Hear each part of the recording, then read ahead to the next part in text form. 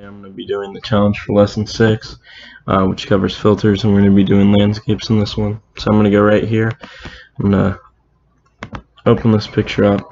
I'm going to copy this image. I'm going to open it up in Photoshop. I'm going to File, New, and we're going to save it as Landscape Challenge.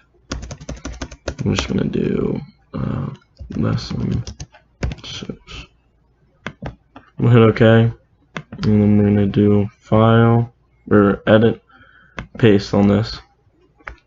So right here we have our landscape, and then as you can see we're already on our rectangular marquee tool, and I'm just going to section it off into 8 different sections and show you different filters and kind of how to use them. So we're going to select our first one. Actually, I don't like that one. We're going to do our first one. We're just going to make it about, probably make it about that big. And we're just going to go right over here. And we have all of these filters to choose from. A lot of these have drop downs that you can change. So we're just going to do liquify for this one. With liquify, you can just move it, and it kind of just makes it look like you're blending in paints and stuff like that. You can change your brush size and how hard you want it to press. So we're going to change ours. Oh, we're going to put it back down to 100. There's one. I'm just going to hit OK. And so right there we have our first filter that's put on. I moved it a little bit, but other than that, it's normal. So we're going to go to our second one, create another space. We're going to go to filter. And then actually up here it will revert to your latest filter use. So if you want to use a quick tool, you can use Control F for filter. So we're going to go back. Write this real quick. So we're going to go back to filter.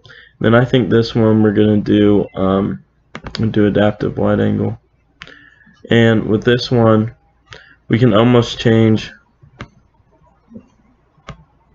If we do stuff like this, we can actually change and alter how wide the image goes and stuff like that. So I could take it right here, and I could just stretch it out like that and stuff like that.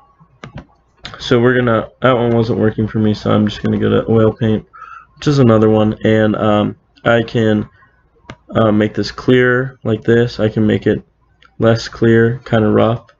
I can take my scale up, which makes the painting more zoomed in kind of, but I'm going to keep it all the way back out. We got our bristles down here, so I'm just going to change it right there. And our shine, I'm going to make it really HD, or you can make it kind of a little bit more subtle.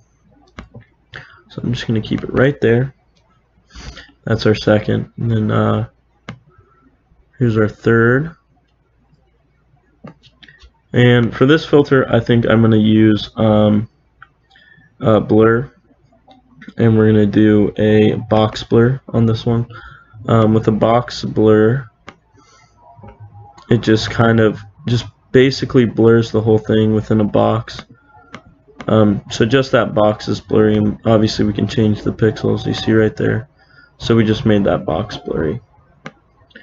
And then our fourth one, we're going to do, we're going to stylize it. I like to do tiles with this one. Gives it a kind of, we're going to do 20 tiles. It just kind of gives it a weird, kind of trippy vibe with it. So we're just going to do that. I like that a lot. And then for our fifth, we're going to bring it down here. We're going to go to filters again. And then with this one, I think I'm just going to sharpen this. So usually I just do sharpen, and it just kind of naturally sharpens.